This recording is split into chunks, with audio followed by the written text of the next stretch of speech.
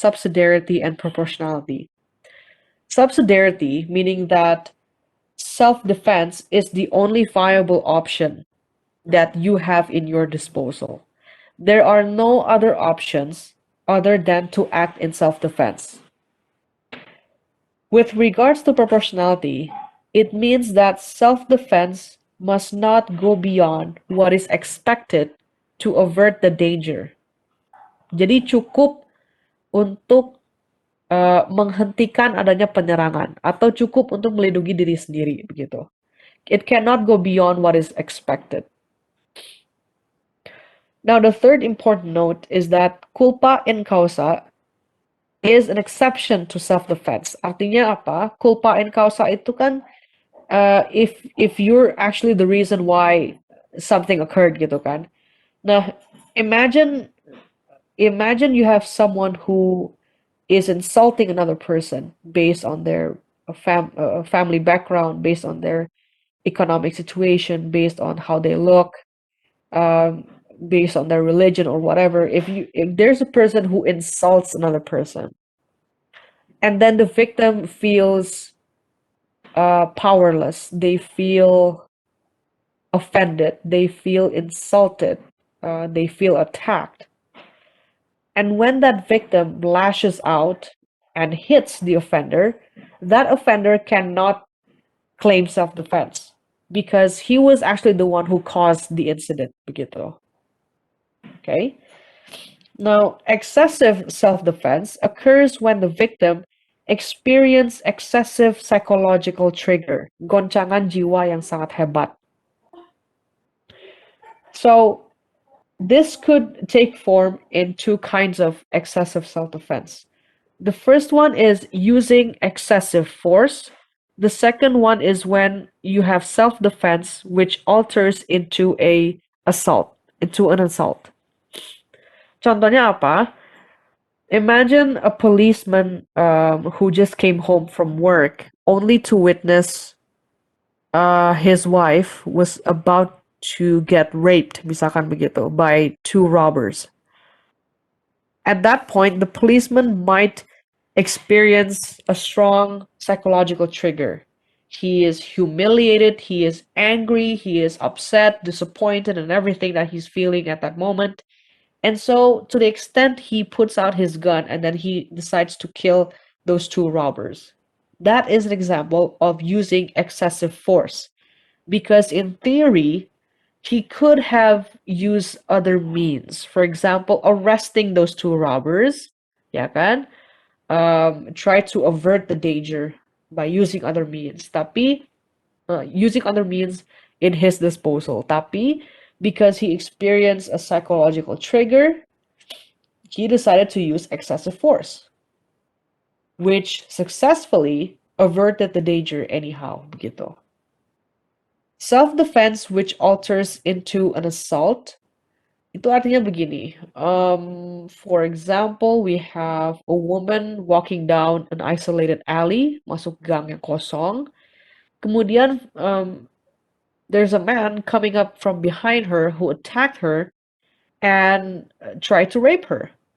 Now, because this woman knows karate or whatever martial arts there is, she decided to use her skills to avert the danger. So she kicked the offender right on the vital parts until the offender became powerless and fell to the ground. That is an act of self-defense, ya kan? Because kicking his vital parts averted the danger of getting raped. But then what happens when the man fell to the ground and then the woman decides to pick up a wood or apa besi or whatever kind of objects that was present at that time, and then she starts hitting the man over and over and over until he passes out. Now, the second scene that constitute as an assault. Jadi ini tuh self-defense yang berubah menjadi physical assault begitu. Tapi that would not render a criminal responsibility because the woman was experiencing excessive psychological trigger. She felt angry, misalkan. She felt rage. She felt that her dignity was attacked, etc. And so that pushed her into an excessive self-defense begitu. Dalam hal ini, justification itu yang self-defense. Excessive self-defense itu adalah excuse. Karena excessive self-defense itu yang termasuk pertimbangan goncangan jiwa yang hebat gitu. So it's related to the state of mind. Something that triggers the state of mind gitu. Okay. Next we have by order of law. Perintah undang-undang. Now this is considered as a justification and it is regulated under Article 50. Barang siapa melakukan perbuatan untuk melaksanakan ketentuan undang-undang tidak dipidana. So this is referring to a conflict of obligation, yeah. So this is deriving from the theory of lesser evils. The bottom line is that when a person is doing something because it is instructed by the law, because it is expected from the law, then they cannot be held criminally responsible for any consequences that might have occurred. Now, similar to that of self-defense, justification by order of law must adhere to the principle of subsidiarity and proportionality, in the sense that whatever action that a person commits, it needs to be it needs to be the only option viable to that person in order to execute the law gitu. Jadi suatu keharusan untuk melaksanakan hukum begitu. And then it needs to be proportional in the sense that actions pursuant to the law, it must not go beyond what is expected by the law. So if we were to go back to our previous example, the firefighter who had broken into someone's home to put out a fire, that could actually fall into two categories, overmach, or it could be justified by order of law. Gitu. And then we have superior order, perintah jabatan. Berdasarkan pasal 51, barang siapa melakukan perbuatan untuk melaksanakan perintah jabatan yang diberikan oleh penguasa yang berwenang tidak dipidana. Perintah jabatan tanpa wewenang tidak menyebabkan hapusnya pidana, kecuali jika yang diperintah dengan itikat baik mengira bahwa perintah diberikan dengan wewenang dan pelaksanaannya termasuk dalam lingkungan pekerjaannya. Okay, so Article 51, Paragraph 1. Let's start with that. Maksudnya apa? A person commits an action because they were instructed by their superior. The bottom line is there needs to be a subordinate relation between the one who instructs and the one who obeys. Ada hubungan hierarki di situ antara si bos dan si pelaksana begitu. Okay? But the thing is, the superior must have the proper authority to make that instruction. Makanya di sini itu ada frase yang isinya penguasa yang berwenang, ya kan? The authorized superior. It means that when the superior makes the instruction, it needs to be based on the law. It needs to be authorized by law. Now, there might be cases where the superior makes an illegal instruction. When that person makes an illegal instruction, it does not immediately preclude the doer from criminal responsibility. There are circumstances that must be taken into account. Imagine these two kinds of cases. The first case is we have a policeman who was instructed by his superior to arrest a suspect. Tapi sebenarnya the instruction was made without a warrant, without surat perintah, ya kan? Nah, the second case, imagine a policeman is instructed by his superior to torture a suspect in order to gain confession. Okay? Now, with regards to the first example, The policeman, the doer, must have thought that the order was legal, ya kan? Memerintahkan seseorang untuk memerintahkan polisi untuk menangkap tersangka. According to the policeman, he may have naturally thought that the instruction was legal, ya kan? Because it was in the scope of his duty, begitu. And the instruction was made on good intent to catch the bad guy.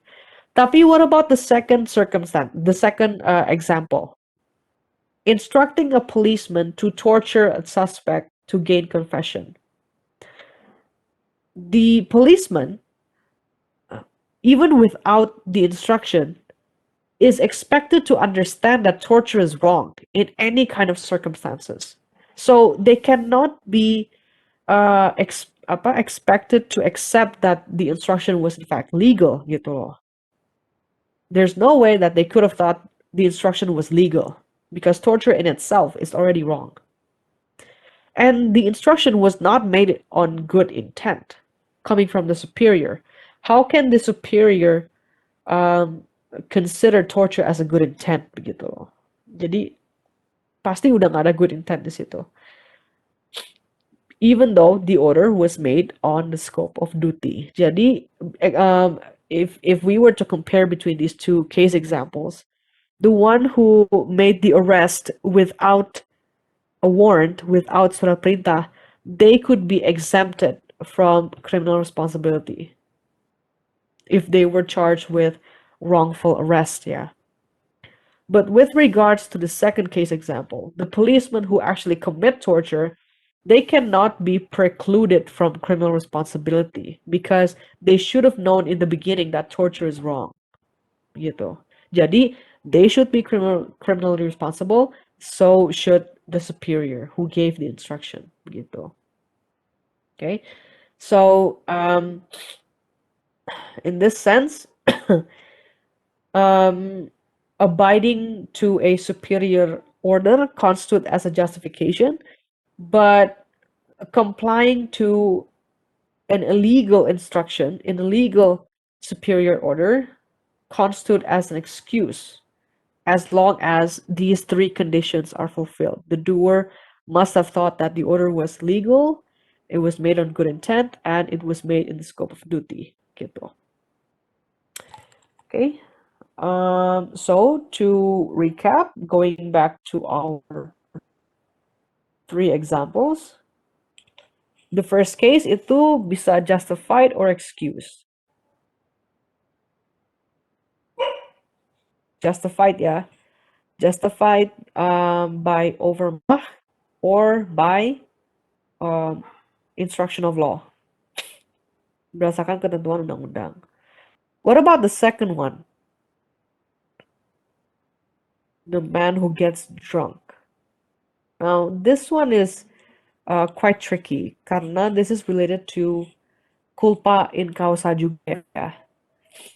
Culpa in causa, like I've mentioned before, it's about a person who had caused his own crime gitu kan. Nah, in this kind of cases, when a man consciously choose to get drunk, he should have been able to calculate the likelihood of his actions begitu. Bandingin dengan misalnya ada orang yang dibuat mabok.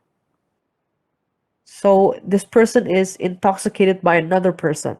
Nah, dalam hal itu berarti the person could not be able to be held for his own actions kalau dia dipermabuk sama orang lain gitu. Jadi in this case, if a man gets consciously drunk and commits physical assault, then he should still be held criminally responsible.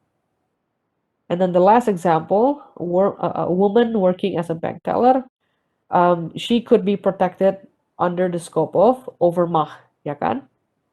Because overmah yang relatif, because she is still able to calculate her own actions, to calculate the consequences of each option, and then she chooses the lesser evil, gitu.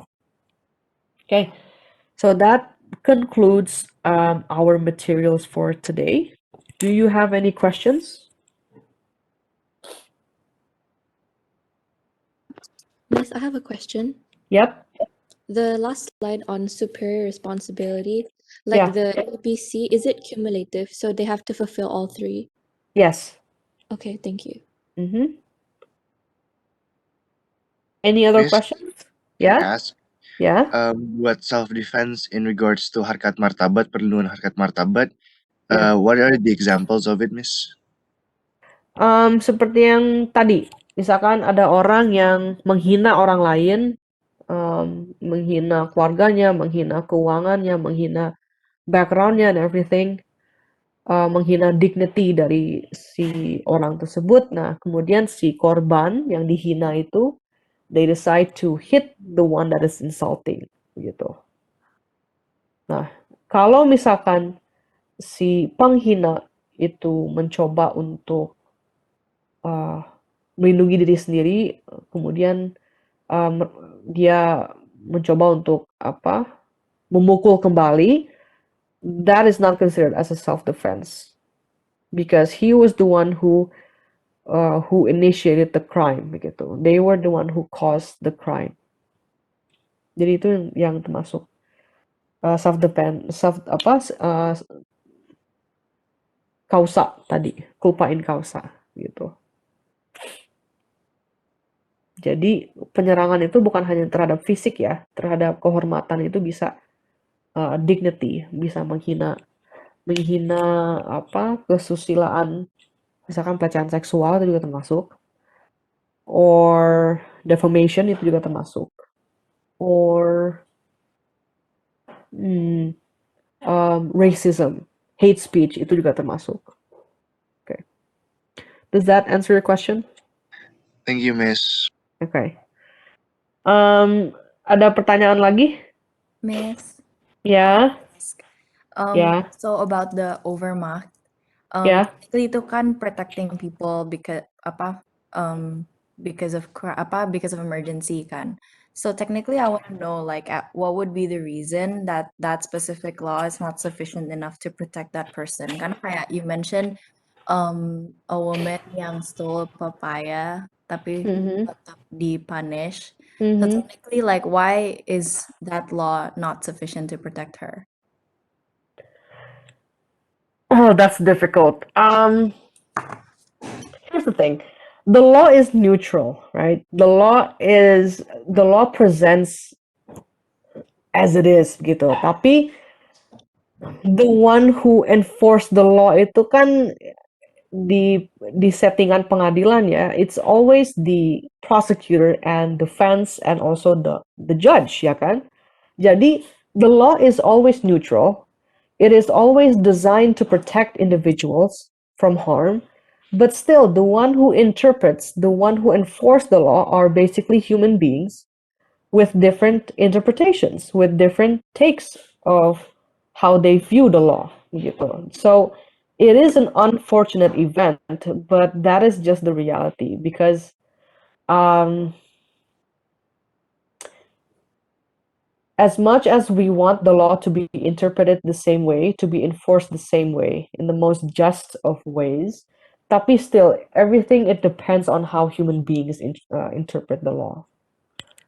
That's pretty much, I think, the only answer that I could give you because if we look at the situation from expressive verbis point of view, we could say that the law is already sufficient to protect individuals in circumstances of emergency. Tapi yeah, it goes back to the interpretations of each individuals, I guess. It goes back to how the judges view overmach. It goes back to how the judges measure overmach, I would say.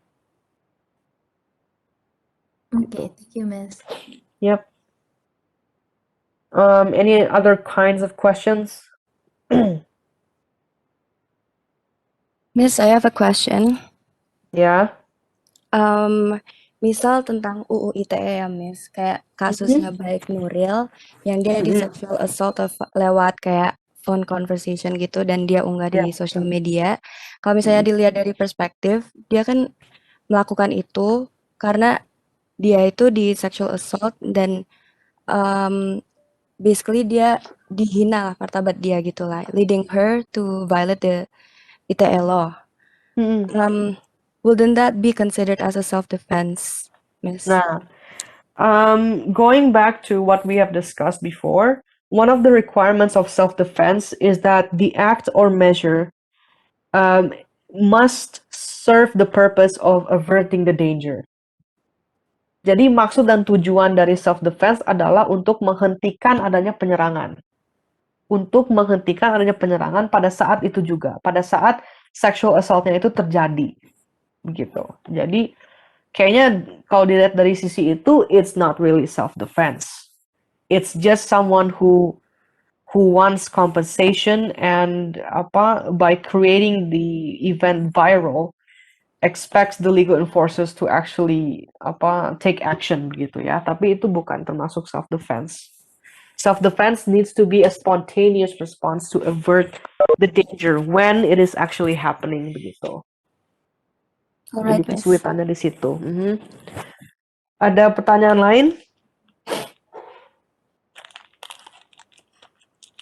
Nggak ada? Okay. If there are no more questions, then we will continue on Wednesday, yeah?